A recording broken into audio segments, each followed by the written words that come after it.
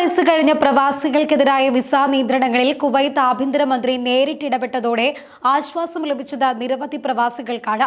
60 വയസ്സും അതിൽ കൂടുതലും പ്രായമുള്ള പ്രവാസികൾക്ക് ഏർപ്പെടുത്തിയിരുന്ന വിസ നിയന്ത്രണങ്ങളെ വിമർശിച്ച കുവൈത്ത് ആക്ടിംഗ് പ്രധാനമന്ത്രിയും ആഭ്യന്തര പ്രതിരോധ മന്ത്രിയുമായ ഷെയ്ഖ് ഫഹദ് അൽ യൂസഫ് അൽ സബാഹ് കഴിഞ്ഞ ദിവസം രംഗത്തെത്തിയിരുന്നു.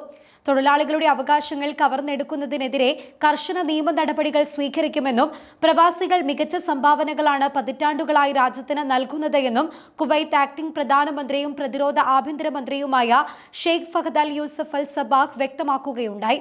സ്വകാര്യ സർക്കാർ മേഖലകളിൽ ജോലി ചെയ്യുന്ന 60 വയസ്സിന് മുകളിലുള്ള പ്രവാസികളെ സംബന്ധിച്ച തീരുമാനം കുവൈത്തിന്റെ മാനുഷിക ചരിത്രത്തിലെ നാണക്കേടാണെന്നും അൽ ജരീദ പത്രത്തിന് നൽകിയ അഭിമുഖത്തിൽ മന്ത്രി വ്യക്തമാക്കുകയുണ്ടായി.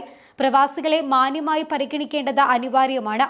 എല്ലാ താമസക്കാർക്കും നീതി നൽകുന്നതിന് കുവൈത്ത് പ്രതിജ്ഞാബദ്ധമാണെന്നും അദ്ദേഹം കൂട്ടിച്ചേർത്തു. യൂണിവേഴ്സിറ്റി ബിരുദമില്ലാത്ത 60 വയസ്സും അതിൽ കൂടുതലുമുള്ള പ്രവാസികൾക്ക് കുവൈത്തിൽ റെസിഡൻസ് പെർമിറ്റ് നേടുന്നതിനും അത് പുതുക്കുന്നതിനും നിയന്ത്രണങ്ങൾ ഏർപ്പെടുത്തിക്കൊണ്ട് 3 വർഷം മുൻപ് പബ്ലിക് അതോറിറ്റി ഓഫ് മാൻപവർ പുറപ്പെടുവിച്ച തീരുമാനങ്ങളെ പരാമർശിച്ചാണ് ഷെയ്ഖ് ഫഹദ് ഇക്കാര്യം പറഞ്ഞത്. ആ തീരുമാനം കുറെ പ്രവാസികളെ എന്നേക്കുമായി രാജ്യം വിട്ടു പോകുന്നതിലേക്ക് നയിച്ചിരുന്നു. എന്നാൽ തീരുമാനത്തിൽ പിന്നീട് ഇളവ് വരുത്തുകയും അത്തരം പ്രവാസികൾക്ക് അവരുടെ റെസിഡൻസ് പെർമിറ്റ് നേടാനോ പുതുക്കാനോ അനുവദിക്കുകയും ചെയ്തിരുന്നുവെങ്കിലും ഏതാനും നിബന്ധനകളോടെയായിരുന്നു അനുവാദം നൽകിയിരുന്നത്. അതേസമയം ആ നിയമങ്ങൾ പൂർണ്ണമായും റദ്ദാക്കുമെന്നും ബിരുദങ്ങളില്ലാത്ത പ്രായമായ പ്രവാസികൾക്ക് താമസാനുമതി പുതുക്കാനോ സ്വകാര്യ മേഖലയിലേക്ക് ജോലി മാറാനോ അവരുടെ കുട്ടികളെ സ്പോൺസർ ചെയ്യാനോ അനുവദിക്കാൻ സർക്കാർ പദ്ധതിയിടുന്നു എന്ന തരത്തിൽ പ്രാദേശിക മാധ്യമങ്ങളിൽ വാർത്തകൾ വന്നിരുന്നു. എന്നാൽ ഇത്തരം വാർത്തകൾ മന്ത്രി സ്ഥിരീകരിക്കുകയോ നിഷേധിക്കുകയോ ചെയ്തിട്ടില്ല.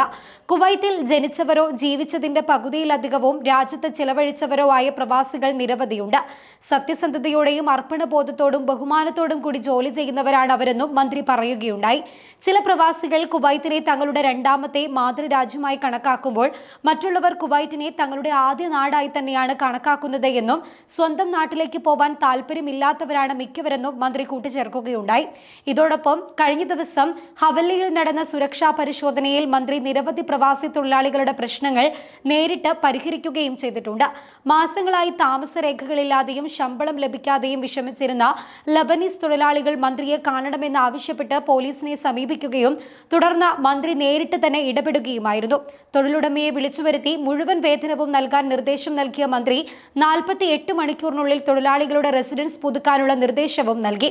ഡ്രൈവിംഗ് ലൈസൻസുമായി ബന്ധപ്പെട്ട അറബ് കുടുംബത്തിന്റെ അപേക്ഷയിൽ ഉചിതമായ നടപടികൾ കൈക്കൊള്ളാനും അദ്ദേഹം നിർദ്ദേശം നൽകുകയും ചെയ്തു. ഇത്തരത്തിലുള്ള അനീതികൾ രാജ്യത്തിന്റെ പ്രതിച്ഛായയ്ക്ക് കറയുണ്ടാക്കുന്നതായും ഭാവിയിൽ ഇത്തരം സംഭവങ്ങൾ ആവർത്തിക്കാതിരിക്കാനായി ശക്തമായ നടപടികൾ സ്വീകരിക്കുമെന്നും മന്ത്രി വ്യക്തമാക്കുകയുണ്ടായി. അതിനിടെ നവംബർ 17-നും 21-നും ഇടയിൽ 396 റെസിഡൻസി തൊഴിൽ നിയമലംഘകരെ പിടികൂടിയതായും 568 വ്യക്തികളെ നാട് കടത്തിയതായും ആഭ്യന്തര മന്ത്രാലയം അറിയിച്ചു. ഷെയ്ഖ് ഫഹദിന്റെ നിർദ്ദേശങ്ങൾക്ക് അനുസൃതമായാണ് ഇതെന്ന് വാർത്താക്കുറിപ്പിൽ മന്ത്രാലയം അറിയിച്ചിട്ടുണ്ട്. നിയമലംഘകരെ പിടികൂടുന്നതിനായി എല്ലാ ഗവർണറേറ്റുകളിലും നടന്നുവരുന്ന ക്യാമ്പയിൻ പ്രവർത്തനങ്ങളുടെ ഭാഗമായാണ് നടപടി.